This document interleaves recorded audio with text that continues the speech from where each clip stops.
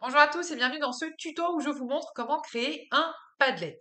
Donc, comme vous allez créer des visuels, créer des Padlets, des banques de documents, la première chose à faire, bien sûr, c'est de créer un compte sur le site Padlet pour pouvoir retrouver tout ce que vous avez créé.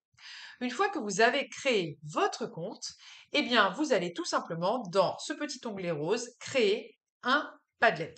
Vous allez avoir le choix entre une toile, la chronologie, des storyboards, des listes. C'est juste la façon dont sont agencés les documents. Donc, moi, j'aime bien faire des murs. C'est tout simple et c'est assez pratique. Ensuite, on va vous demander donc de rentrer les paramètres, donc le titre de votre Padlet.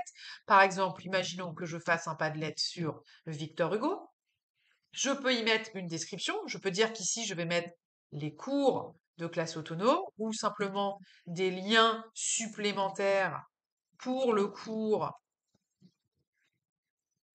sur, je ne sais pas moi, pour le cours de français des premières. Vous mettez vraiment le descriptif qui vous va. Vous pouvez rajouter également ici des icônes. Alors, voilà, vous pouvez choisir. Là, c'est sur de la littérature, c'est sur Victor Hugo, donc pourquoi pas mettre un joli petit livre. Voilà, ça sera sympathique. Ensuite, vous pouvez totalement personnaliser le fond d'écran. Donc là, vous avez plein de possibilités. Faites-vous plaisir par rapport à ce que vous voulez créer. J'étais en train de regarder si on avait une bibliothèque, mais nous n'en avons pas, donc vous choisissez ce que vous voulez. Vous pouvez faire quelque chose un peu comme un tableau vert, quelque chose de très scolaire. Enfin, vous faites vraiment comme vous le souhaitez. Vous enregistrez. Ensuite, vous pouvez décider de faire une version dark, une version light. Vous choisissez votre police d'écriture. Vous pouvez donc regrouper les publications par section. Moi, quand je les trie, j'aime bien que mes publications arrivent en dernier, c'est-à-dire que quand je crée toujours le premier et puis après j'ajoute. Donc j'aime bien qu'ils viennent se mettre comme ça plutôt qu'ils viennent se rajouter devant. Mais donc voilà, vous pouvez vraiment sélectionner par ordre alphabétique, plus ou moins récente, comme vous le souhaitez. Donc moi je fais ce petit tri, j'affiche le nom de l'auteur. Donc moi là je vous montre comment créer un Padlet quand le prof donne et le met à disposition de ses élèves. Mais sachez que vous pouvez totalement faire des Padlets collaboratifs, mais je ne vous en parlerai pas ici. Voilà, une fois que j'ai fini, je ferme et donc j'ai la base de mon Padlet. Je vais tout simplement dans la petite croix ici. Je clique, ça m'ouvre une petite enfin, petit onglet. Et donc, par exemple, je vais décider ici de mettre une vidéo sur Hugo sous forme de dessin animé. Je mets le titre et ici, je vais aller chercher le lien internet de cette vidéo. Je vais donc sur YouTube. Je vais chercher mon Victor Hugo en dessin animé. Il est là. Sur quelle histoire? Et je prends le lien, je fais un copier et je viens le coller ici dans mon Padlet.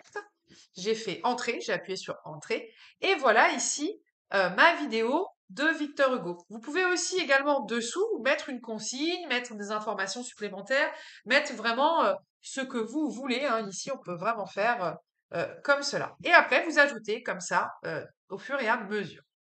Et donc, vous voyez votre petit, je sais pas comment on peut dire, votre document, en tout cas, il est ici. Vous voyez, c'est très rapide à faire. Moi, personnellement, j'aime beaucoup le Padlet. Moi qui ai un site internet et un Padlet, je sais combien de temps ça prend de faire un site internet. Le Padlet, c'est tellement rapide, c'est très agréable à faire. Ensuite, vous ajoutez un autre document, ici. Vous cliquez, vous ajoutez, et vous pouvez y mettre des documents que vous avez sur votre ordinateur, que vous voulez donner à vos élèves. Donc, par exemple, si vous voulez le planning de la formation classe autonome, ce qui n'a rien à voir avec Victor Hugo, ça se charge très très vite. Hop, voilà, vous mettez votre titre, le planning, vous publiez, et ça y est, c'est en ligne.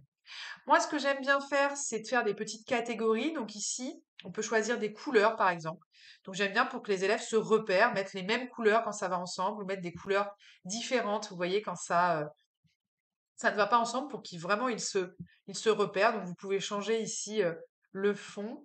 Dans le modifier, vous pouvez bien sûr ici, bah voilà, rajouter si vous voulez leur mettre des consignes, etc. Donc, vous pouvez vraiment charger vos documents très rapidement. Ça leur fait une banque de données. Et c'est vrai que c'est très agréable. Moi, je leur fais comme ça des banques de données avec des pages et ils peuvent travailler en autonomie, notamment la préparation de leur examen. Donc ça, c'est vraiment très agréable et ça ira beaucoup plus vite que de le mettre sur parfois l'ENT de votre école ou sur votre propre site internet. Donc voilà, c'est aussi simple que ça, que de faire un Padlet. Ensuite, pour que les élèves l'aient, eh bien, vous faites tout simplement un copier-coller de votre